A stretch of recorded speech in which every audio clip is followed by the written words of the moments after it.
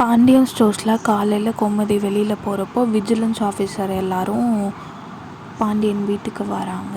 பாண்டியன் வீட்டுக்கு வந்துட்டு, நாங்கள் லஞ்ச ஒழிப்புத்துறை, நாங்கள் வந்துட்டு உங்களை சோதனை பண்ண வந்திருக்கோம் அப்படின்னு சொல்லி செந்திலை பார்த்து சொல்கிறாங்க. செந்திலுக்கு ஒரே பெரிய ஷாக்கு. மீனாவும் வந்துட்டு கவர்மெண்ட் வேலை தான் பார்க்குறாங்கன்றனால 2 பேரும் லஞ்சம் வாங்கியிருக்காங்களா என்னன்னு சோதனை பண்ணுறாங்க.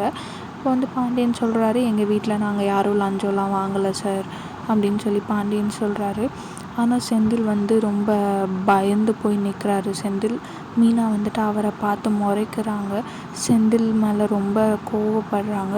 செந்திலுக்கு ரொம்ப பயமாக இருக்குது. ஆனால் கதிர் வந்துட்டு ஒன்றும் இல்லை, நம்ம தான் அந்த காசெல்லாம் நல்ல உள்ளங்களுக்கு தானே கொடுத்துட்டோம் அப்படின்னு சொல்லி சமாதானப்படுத்துகிறாரு.